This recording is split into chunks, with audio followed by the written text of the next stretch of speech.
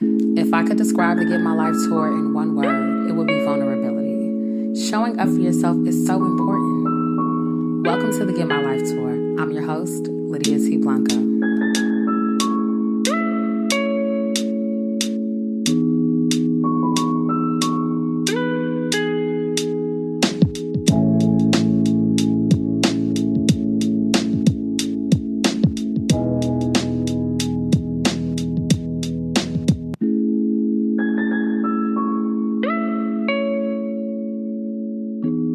Hey, y'all, and welcome to the Get My Life tour. It is me, your host, Lydia T. Blanco, and as always, I'm excited that you decided to show up and take center stage in your life.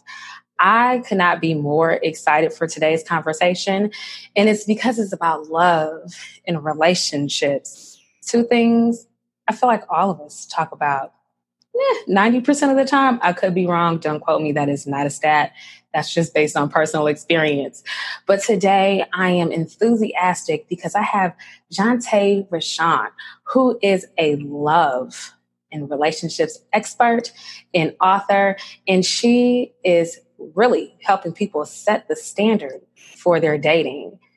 Without further ado, help me welcome Jantae Rashaun to the Get My Life tour. How are you? I'm good. Thanks for having me. You are more than welcome. I really wanted to read your bio and, rattle off all of the incredible things that you've done. But I want to leave that to you. Tell us who you are in your own words. I am Jantae Rashaun. I'm author, relationship expert, and I am like the standards chick, right? I just really believe in women going after the standards, knowing what they are in detail, and not settling, especially not in love. So, yes, that's what I'm here to talk about. Not settling. Okay, that is such an important conversation. I feel like so many of us settle with ourselves, right? We're not challenging ourselves relationally in relationship with ourselves. What are your thoughts on that before we even dive into being in relationship with other people?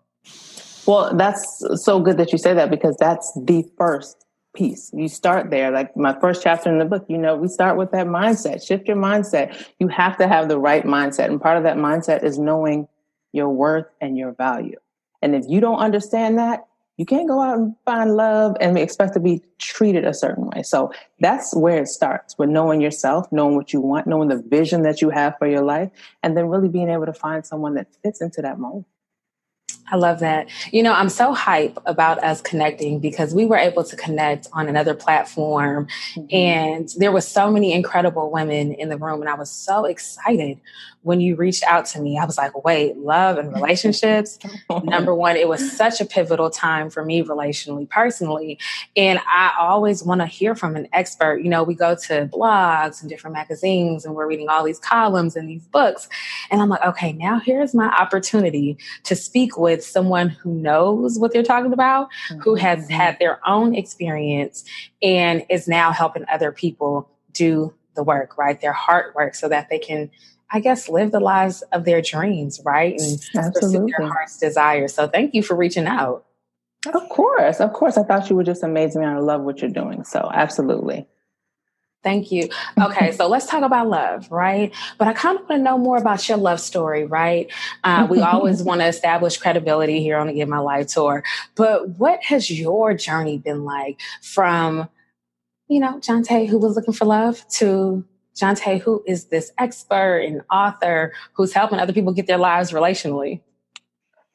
The journey. My journey has probably been a lot of women nowadays. It was a tough journey. I always have been a lover of love. A serial monogamist is what I would call myself. And if you don't know what that means, anybody, it's someone who is always finds himself in a relationship, right? So I wasn't the party girl, the fun girl. I was the girl who wanted love. And that means I wanted to be committed, and I wanted to find someone who was going to be there for me and me only. And so in doing that, I hit a lot of bumps in the road, right? So I overlooked a lot of things early on, and I found myself in situations that just weren't healthy. And really having to dig into myself to figure out, one, how did I keep finding myself in these situations? And two, how could I change some things about myself and what I'm looking for and what my standards are to get a different result? And so once I really took some time to self-reflect, I was able to make some changes. And those changes, I mean, I found my husband after those changes, or he found me. Okay, that's an important piece. He found me. But I was also ready because I had done the self-reflection, I'd done the self-work, and I was the woman that was ready to be found.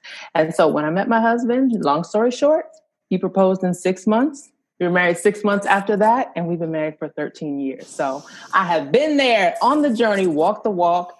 This is everything that I teach and I help women with, I have experienced. And that's why I'm here. I wish I had someone to tell me these things when I was in the midst of it. And so, yeah, that's what it's all about. Jantae, you just said what so many of us want to experience. Yeah. We want to get our lives, and shortly after, we want to actualize so many of our dreams, right? 6 months into the relationship, you went from single to being sought out after doing your work. Talk to us more about that, because we had a conversation about being sought out, and so many of us want to be seen, right? But there's a difference between being seen and on the scene and being everywhere in everyone's face, trying to work the crowd and get to who you're attracted to. But there's another, it's another thing to be sought out. Yeah, absolutely. I mean, I think it really comes down to knowing yourself, right? Again, and what it is that you want, but also being able to walk in that. So once we get to a place that we're looking for love, like I was so many times, you get in a place where you feel like you can accept certain things. Well, I'm kind of feeling him. So it's okay. I can probably change these couple little things, right? And so you notice I talk about in the book, knowing a man's intentions, realizing those things really early on, and changing your attractions, which is the thing that people talk to me so much about. Like, how do I change my attraction? Listen, I love the bad boy too. It's cute. Not long term. So right. Okay? It seems so right. The things that you need to be looking for are the things that are going to transcend into a happy life, right? So if you want the bad boy, it's all cute, but is he going to be a good husband and a good father? Because if you want to get to your level of success in your life, what you don't need is relationship drama. You don't need to be worried about what he's doing. You don't need to be constantly trying to fix and change him in order for you to get where you're going. So that's the idea, right? If I choose the right mate, that helps me along with my goals and my life. And so, yeah. Attractions. That's something else you touch on. But also, correct me if I'm wrong, I'm trying to see the book in my head, but being or becoming your expectations. Yes. Huge to become your expectations, because I can't tell you how many women that I've talked to, and they have this list, and I'm big on lists, so we can talk about that later, but they have this list and they have a whole bunch of things on there, and I'm looking like, okay, are you any of these things? Okay, let's stop. Are you any of those things? Yeah. Like, you can't expect someone who is focused and has everything together and they saving their money and you know what I mean, and all have it all together, and you're still out here running the streets, right? You got to bring to the table what you're expecting at the same point. So, can you talk about the danger of that? Because some people would interpret what you just said as someone or if we thought about a persona, it sounds like a gold digger, right? Like, oh, well, he has to have this, that, or she. Let's not discriminate, because some of these men are looking for a way out as well, right? Or a way up as well. She has to have X, Y, and Z in order for me to date, and they don't mirror that at all. Can you talk about the danger in that of seeking something that you're not ready for, things that you don't have to offer? The initial danger is that it's not being equally yoked. So I'm big on that. You have to be equally yoked. A soulmate is a goalmate. I say that all the time. You have to, ultimately, you're moving in the same direction. You visualize kind of the same things. Now, can you be opposites? Can you compromise in certain places? Yes, absolutely. You can compromise. Shoot, I'm married 13 years. You don't know how much I compromise, right? But one of the biggest things I say about compromise is it should not affect your mental, your physical, your emotional health. That is not a compromise. That's sacrificing yourself. That ain't your place.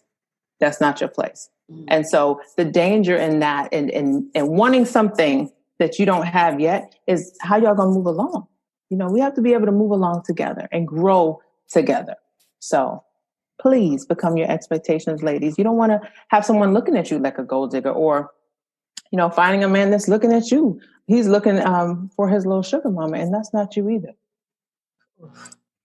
You know, I think there's so much humor, right, associated with what you're saying, but it's like we have to really take ourselves seriously during this process. Yeah. In finding a partner, in pursuing, falling in love. I feel like so many of us fall on our butts or our faces because we took things too lightly. We didn't pay attention to signs, and, you know, we were seeking something that we weren't ready for. You know, I'm still curious about this 6-month process that turned into like this year round or this year-long turnaround for you. Like, what did that work look like? And I'm asking for myself, but I'm asking for the person who's also tuned in, because there's so much that we have to work through in order to be ready for what it is that we say that we want. So if you don't mind sharing, right, this is the Get My Life tour. We take center stage and we're super vulnerable with one another. So I'd love to know, what did that 6 months of preparation look like, or the time, because it may not have been 6 months, but what did that preparation period look like so that you could be positioned for the 6 months of your courtship with your now husband of 13 years? So the biggest thing was, again, self-reflection, like really thinking back, where did I go wrong in this last relationship? Because prior to him, I had come out of a 3-year relationship. It was on and off, unhealthy relationship. And I can just give you one of the biggest examples for me walking away from that is I felt like I was ready at a phase in my life where I'm ready for something more serious. Okay. Where are we going? And I know a lot of women can probably relate to, where are we going? Am I going to get a ring at some point? What's the next step here? And it became clear to me as time went on that this wasn't the phase he was in. You know what I mean? He just wasn't ready for this. And so for me, I would constantly bring it up and bring it up and bring it up. And finally, I just had to say, you know what? I'm going to walk away. This one or two things is going to happen. Either I'm going to sit and wait for him, you know, which compromises where I am in life and what I feel like I'm ready to do next, or I have to move on. And so I made the decision to move on. But that piece right there was one of the most important things, because I said the next relationship that I have, I'm not going to mention marriage. I'm not going to mention where I think we should be going and when, because the man is supposed to be the head. If he doesn't come to the table and already see that this is what I want long term, that her right there, that's me. And I'm going to make sure I can do everything I can in his power, right, to make sure that she's mine. And that's exactly what happened.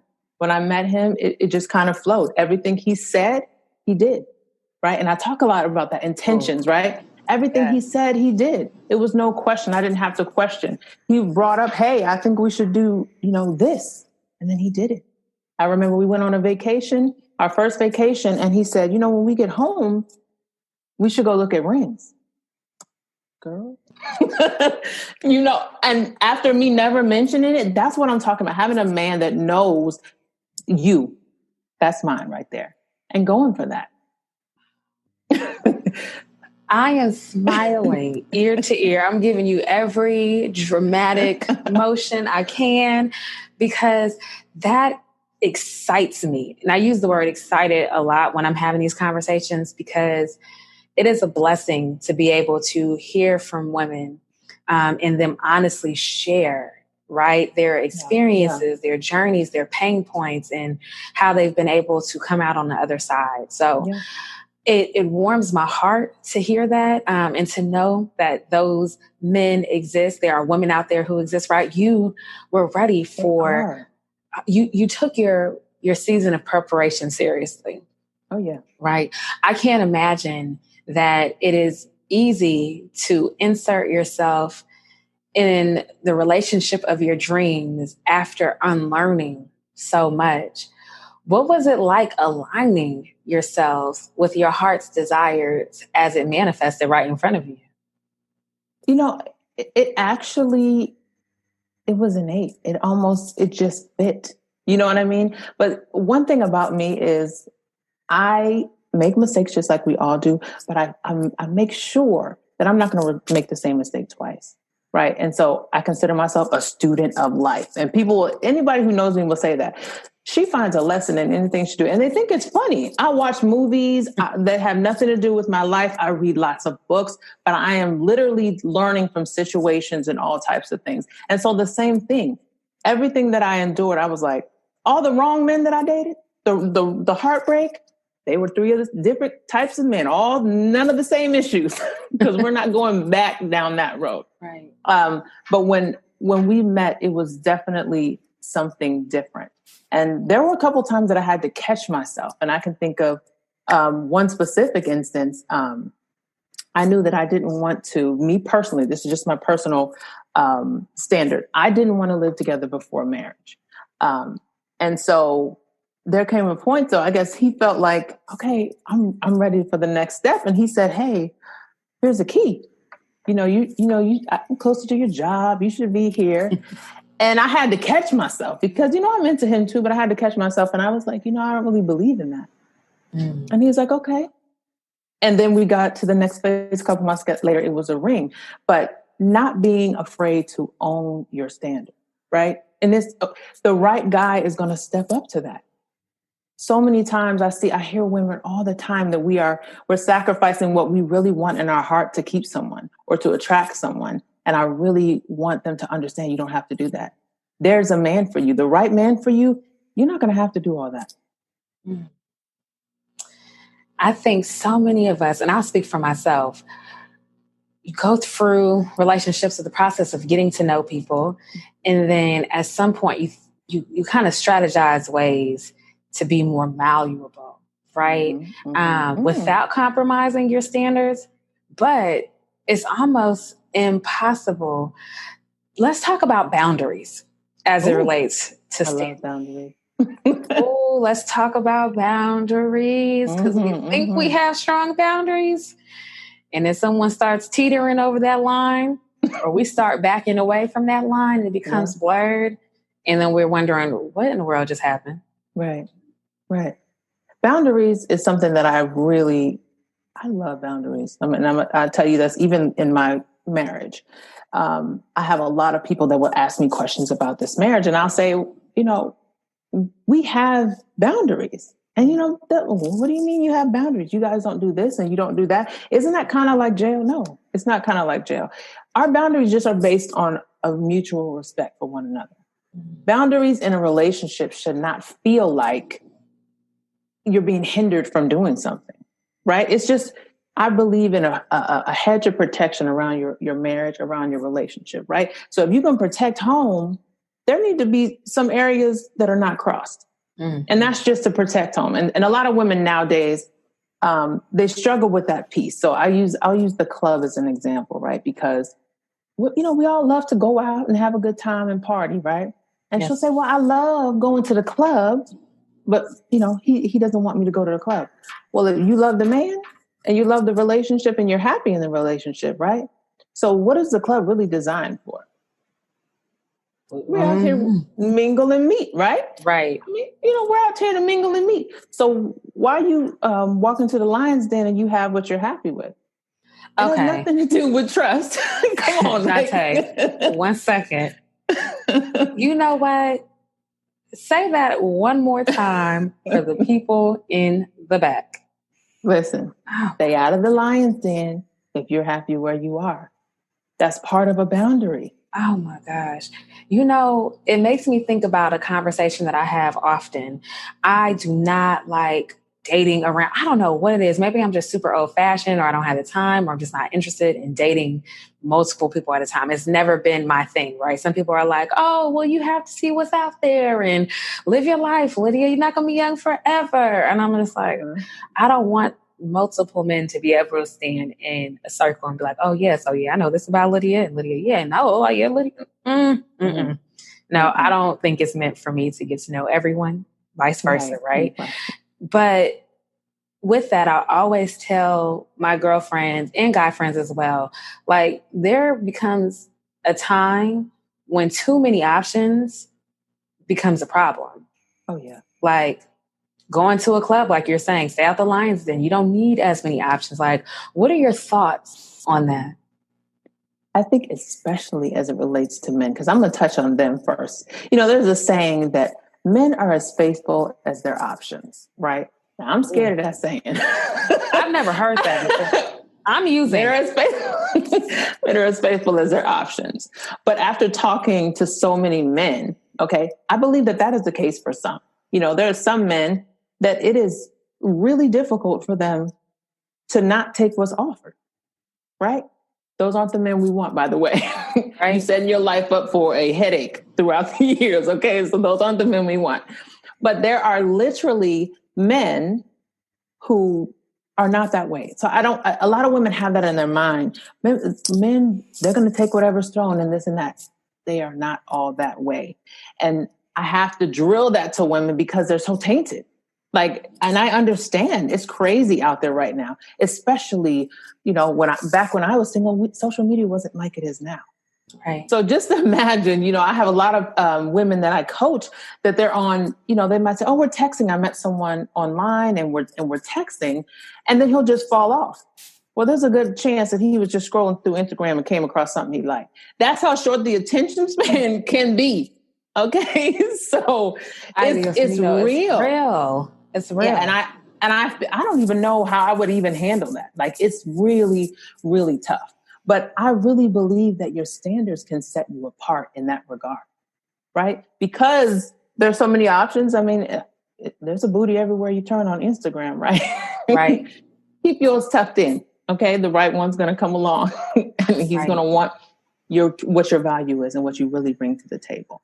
So, goodness, I want to add a little spin on that. People are as faithful as their options, because I love having this conversation with you, and I value your expertise, but we have to hold each other accountable as women as well, right? Everything you've written applies to both men and women in my perspective, right? There's so much that can be learned from your experiences beyond gender. Oh yeah. But I find even, in my world of women, right? I don't want to single anyone out, but we have our ways. Oh, we're heartbreakers. Oh yeah. And I've been down that road too. I can look back and God, that was wrong what I did, but I wasn't ready. Right. So just as we're talking about men being in a phase where they're ready and they know what they want, I may have passed over some good guys because I wasn't in that space. And so you're right. The things that I've written in that book do transcend to women as well, because if my intentions were not to, maybe have a good guy and settle down, then I'm not going to be the right woman for a man who's in that space. Right. And so, yes, it definitely is across the board for both. Yeah. Oh, you have said so many things. My goodness. And you know what? I'm not even certain if you shared your Get My Life moment yet. So I'm going to ask you, what has been a Get My Life moment for you along your journey? Girl, Get My Life. It's in relationships. I can give you so many because I've had to really, really woman up. But I'm going to give you a different one because me coming on this journey to really help women get what I feel like I didn't have, I had to leave the bag on the table. And that was a huge thing because in my career, I had reached a point to where I wanted to be. I said, I want this salary. I want this position. And once I got there, I started feeling a tug on me for that I was meant to do something different. And that was hard to do. For me to step away, to trust myself, walk away from the bag and redirect. And so I would definitely say that was a moment that I had to get my life and go do what I think I'm called to do. So. Responding to the call is never easy. It's never easy. And, we talk about this bag and that bag and the third, but I can only imagine the abundance you've been able to experience as you heeded to the call. Yeah. Oh my God. Absolutely. Leaving my job was a tough one, but having that supportive partner, without him, all that would definitely have not been possible. But it's worth it. It's worth it to be here. I had to invest in myself. I had to trust myself. And, I'm here and there's so much more work that I want to do, that I have to do, that I know that God's going to lead me to do. And so I feel good about it. It's a journey that I'm still on, but there's so much more ahead. That is incredible. Partnerships are something that I think so many of us look forward to. I'm like, oh my gosh, if I just had a husband to carry my groceries, or do like, I know that's so menial, right? But I'm also the little things. I'm like, oh my gosh, I really don't feel like moving this car today. I wish. And they're like, Lydia, just get a roommate. And I'm just like, yeah, I'm just a Negro to fall out the sky. But I don't. There are so many things that have gotten lost in the essence. Not even lost in essence. I feel like the essence, of relationships have gotten lost in present time. Like there is a good amount of people who are still like, yes, love, Black love, this, that. And there are those who are like, I got it. I'm independent. I don't need nobody, blah, blah, blah, blah, blah. And I know this is nothing new, right? This is not a new conversation or a new observation, but it's still mind blowing to me how many people, are either so left or so right on this. In your coaching, I can only imagine, the conversation you have. I know that's completely confidential and off the record. But, what has it been like for you professionally helping people navigate, right, the isms of relationships in this day and age? One of the biggest things that I've come across is exactly what you just said. I think the culture now for women is, and men, you know what I mean, is we're single longer, right? And because we're single longer, we're adapted to being independent, to relying on ourselves, to, our careers and what it is that we want to do, and not really worrying about the second piece. But then, you're getting that itch and you do want a partner. And the hardest place is trying to balance that. Because, I want a partner, but I don't really need him to do this. Well, you got to figure out a balance. Do you have room in your life for a man or a woman, right? Do you have room in your life? Is there space in your life for them? For women, I learned that it's hard for them. The more we boss up, and I'm all about women being bosses and running companies and businesses, but it's also important to know where your man fits in there, because he still has to feel like a man. That don't mean you're not a boss. You got to know how to make your man feel like a man, right? Yeah. And the same for the man. If you have a woman that's a boss, because we out here running it, you have to let me know that you're the man, but also that you can handle a woman that's a boss outside, right? And still allow me to be vulnerable in your arms. And so it's finding that balance. Those are the two things that I find. Listen, you want a partner, where's the space? Make room. You know what? I appreciate you saying that. It reminds me of a conversation I was having with a millennial couple.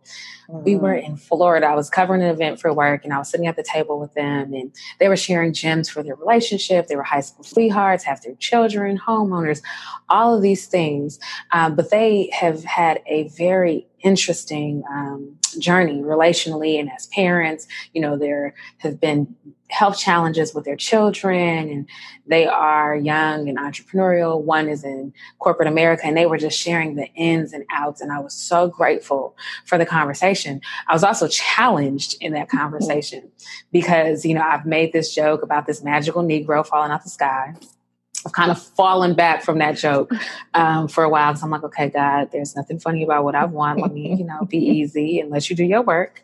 But they were challenging me because they were like, Lydia, when do you make time for any of that? Like, if he did fall, like, would you have time to catch him? And I was just like, okay, well, call me out then. Call me out. I'm good for it. And they were like, okay, so if you are leaving Harlem at this time to be on the train, and you're not paying attention when you're on the train, and then you get off the train, you get to your station, you're rushing from the station to your job, you're doing X, Y, and Z, then you're back on the train, going to an event or going straight home, and then you're home and you're tired, and you do it all over again. Or you're here, you're traveling, you're there. It checked me at my core, Jantae. I was just like, oh my gosh, I am not making time I have so many friends in this and people in the industry who I know, but we're not having those kind of conversations. Mm-hmm. And I don't know if people even see me as available. Can we talk about time management and positioning ourselves to be available and open to love?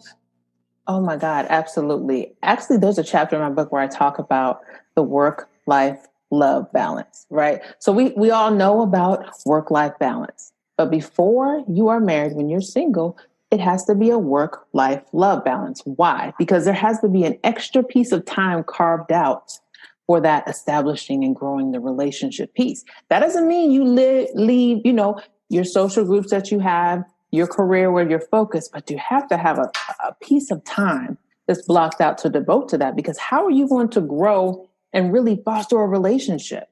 So even listening to your story about, I get on the train, I come back, and I've definitely counseled people that say the same thing. And you know what they say? Oh, well, he's texting me, but I'll talk to him tomorrow. I'm tired. That's a space. You look guilty, like, wait a minute. But you understand what I'm saying? Right. There's no room. Right. You have to be able to take the time to cultivate. And so then a lot of times I'll ask the question, do you really want a relationship?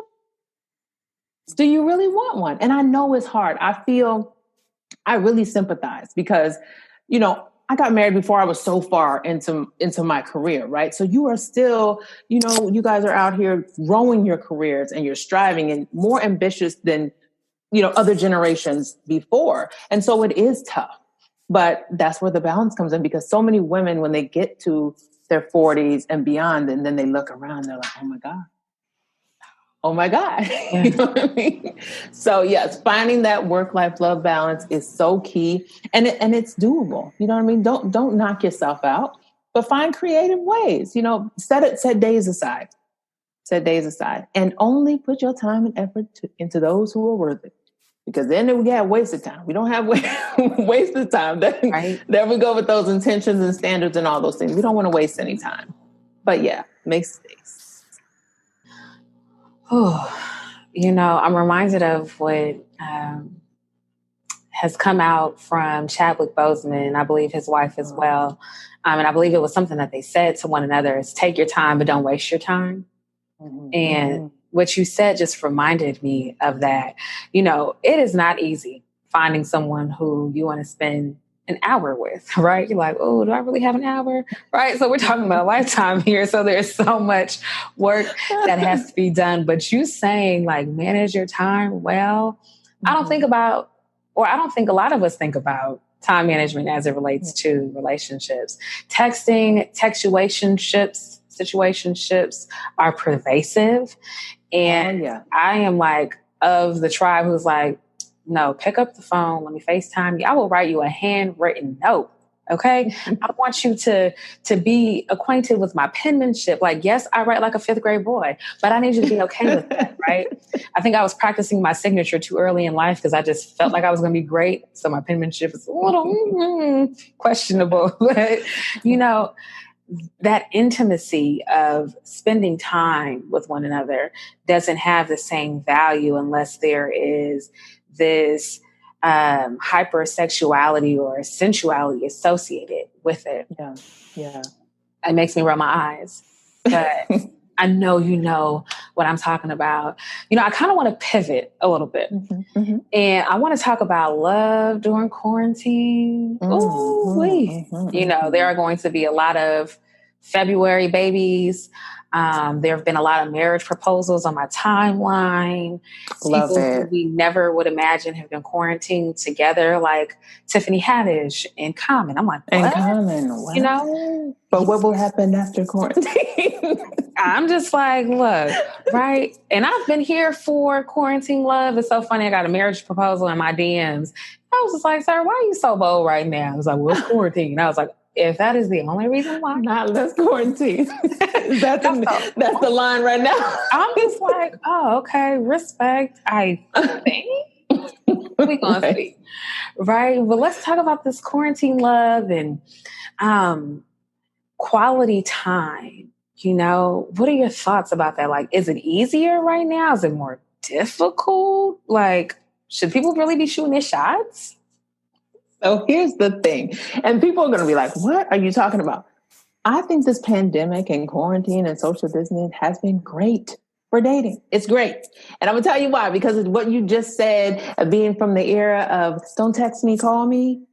That's real talk. This is the time, like, to really, since we have to kind of space out how we're doing everything else, there's nothing left to do but talk.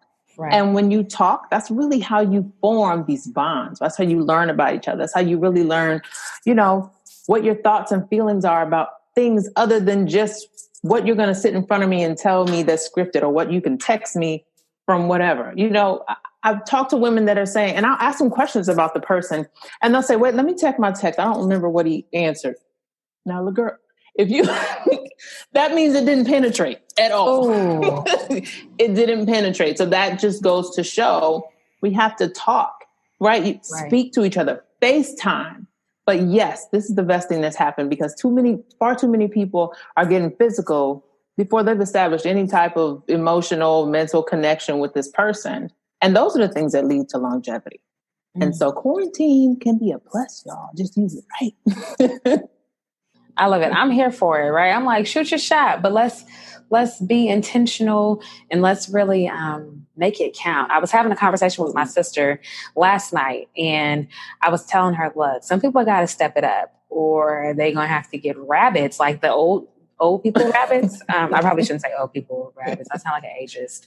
But, the scooters that those who are older in age, ride around the grocery store. But I'm just like, some people got to catch up. Like, I don't understand. We should be making the most of this time. I think so many people are trying to figure it out professionally, in business, in so many different areas, but we're not focusing on love. Yeah. It's a blessing to be closer to family during this time, but I'm also thinking about the ways that I want to create family and what that looks like. Where do I need to be geographically? And how much time do I need to spend getting to know this person, or X, Y, and Z? It's a lot, right? But now, like you're saying, is the best time for that. Absolutely. And kind of limited distractions too, right? So this is get on the phone, talk for hours. That's one of the things. When I met my husband, before we went on a date, it was like 3 weeks before I went on a date. We talked on the phone for hours every day.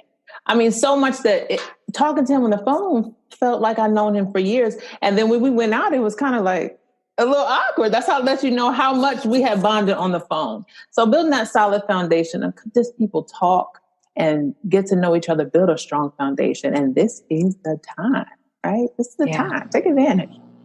I love that you offer that piece of advice. I was listening to Tony Gaskins, who I follow. I got to have my male perspectives as well. Always. And, he was saying when he met his wife, they would meet on a bench or just outside and speak for hours before they even went on a date. And I was like, I think that's incredible. I mean, I clearly love talking to people, and I can talk a hole in someone's ear, like an extra one.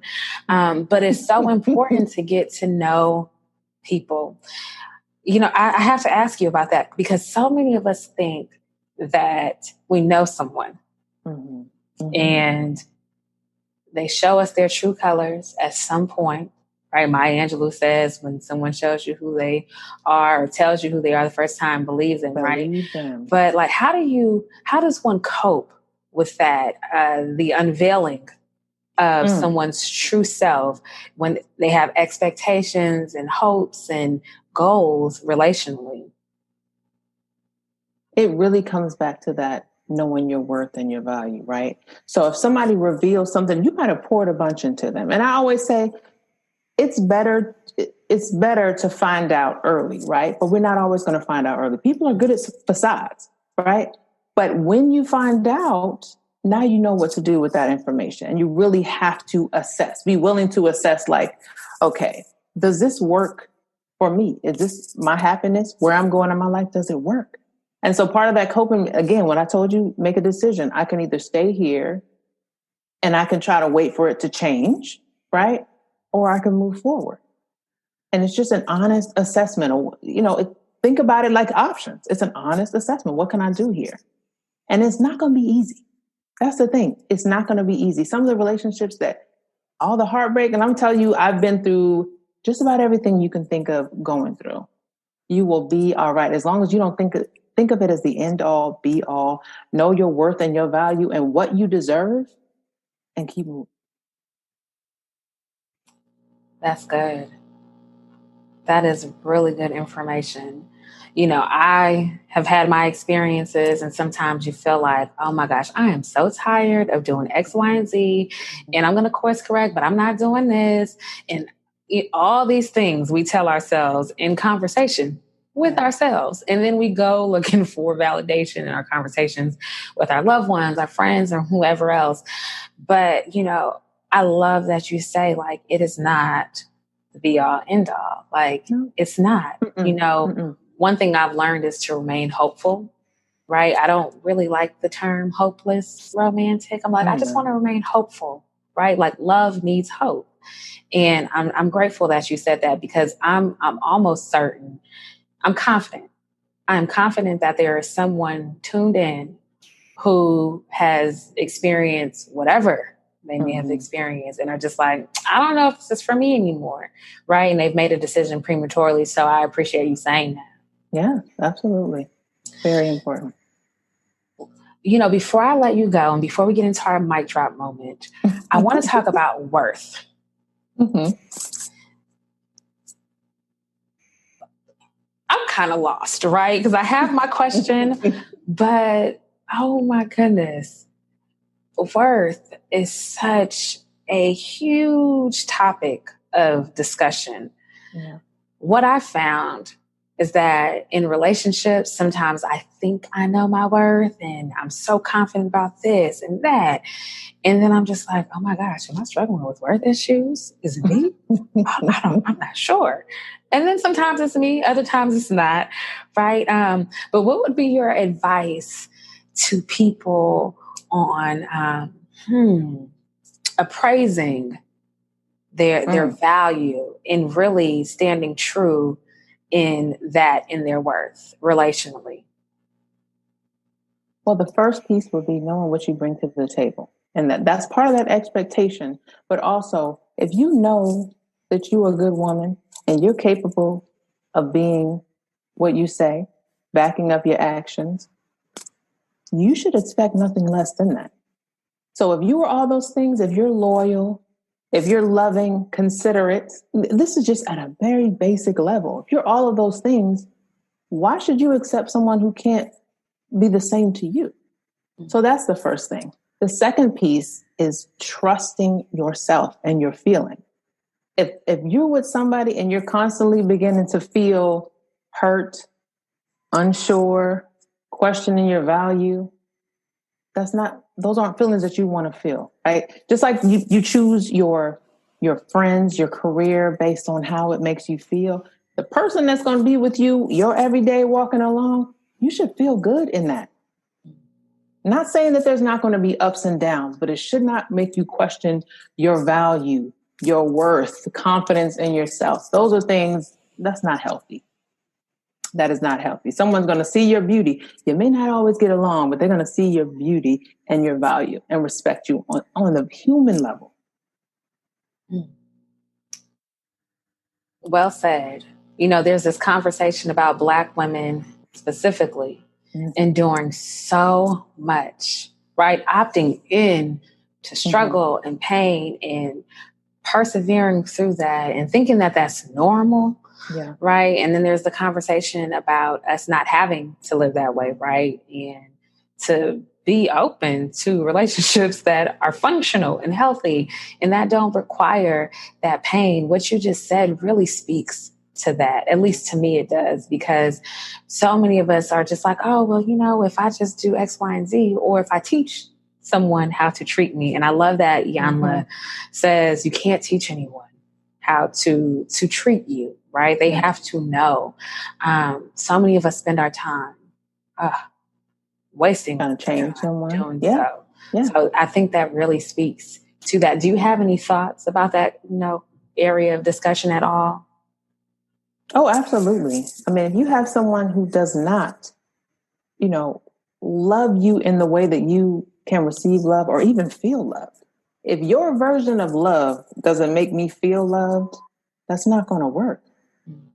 There's no way we're meeting in the middle if how you love doesn't make me feel love. If your love hurts, whether mentally, physically, emotionally, psychologically, that doesn't help to build me, right? So that is unhealthy, and that's not what we're looking for. My goodness.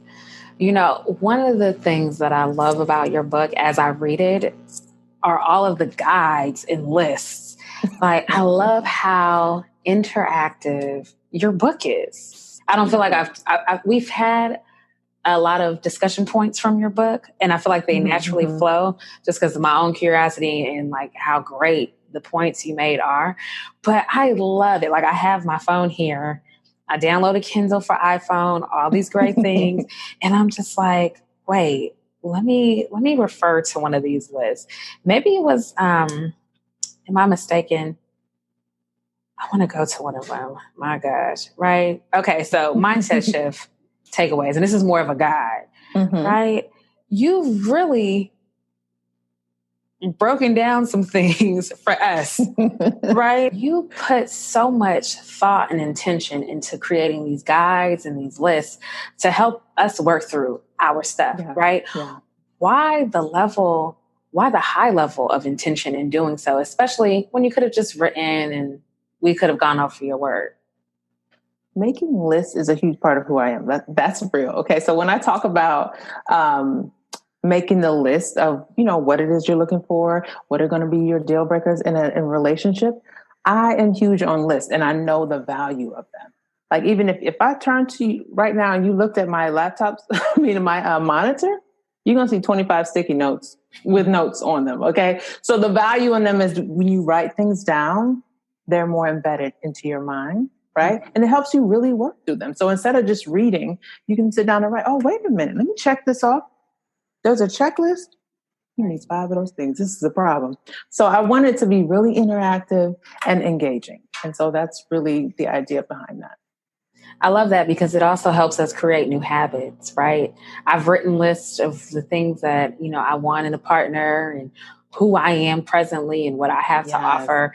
And I honestly can look back at those things and I'm like, ooh, I can see where I folded a little bit on that or where I should have went a little harder. Oh, okay, I did well on that one. So I'm so glad that you were able to do that, because when I think about mindset shift and what I want, my expectations, I'm like, I didn't think I could form a list that way. So that's great advice. I'm sure someone tuned in is like, let me do that, right? Or you can just pick up the book. We'll do the shameless plug in just a second. But I'm so grateful for tools and resources, because it's one thing to have the conversation. It's another thing to actually sit down and do the work and then be able to partner with someone like yourself, a love coach, and really be able to manifest what it is that, we want relationally and personally, right? So much of this, I'm just like, okay, I want to be this person for myself first before I go looking for that in someone else. So I am most definitely grateful.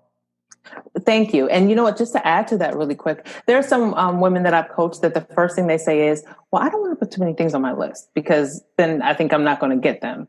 And I'm saying, well, that's just accepting failure before you have it, don't you? The idea of it, think of a vision board. You know how huge, where Oprah came out with this vision board, right? So if I turn around, you'll see my vision board over there. I'm huge on vision boards, but it's the same idea. You think it, you see it, you can manifest it. And it's kind of the same things. And it's tangible. It's tangible evidence of, wait, I said I wanted this.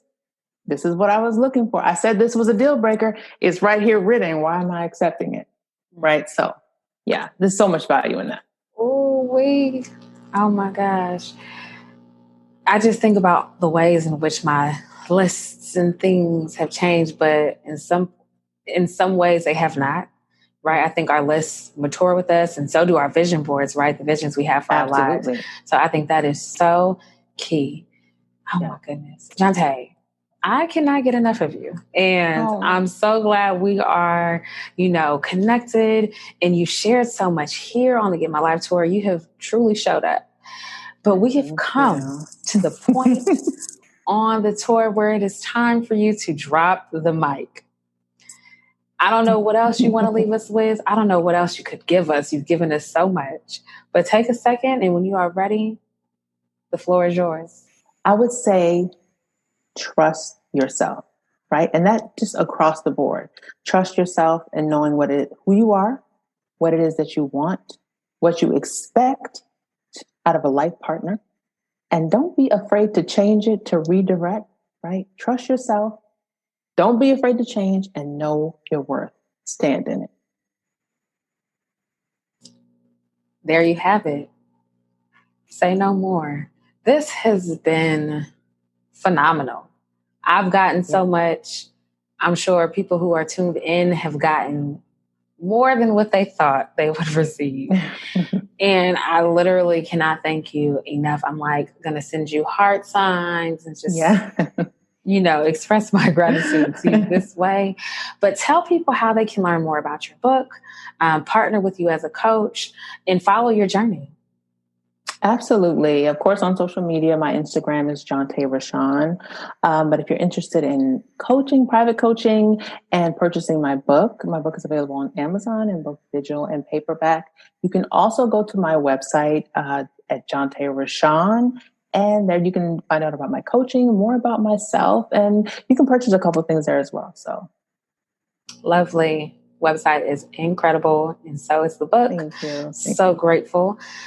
If you'd love to stay connected with the Get My Life Tour, be sure to do so by visiting thegetmylifetour.com, signing up for our newsletter, of course, connecting with on social at the Get My Life Tour on every platform, with the exception of Twitter, because it was too long. So it is at Get My Life Tour.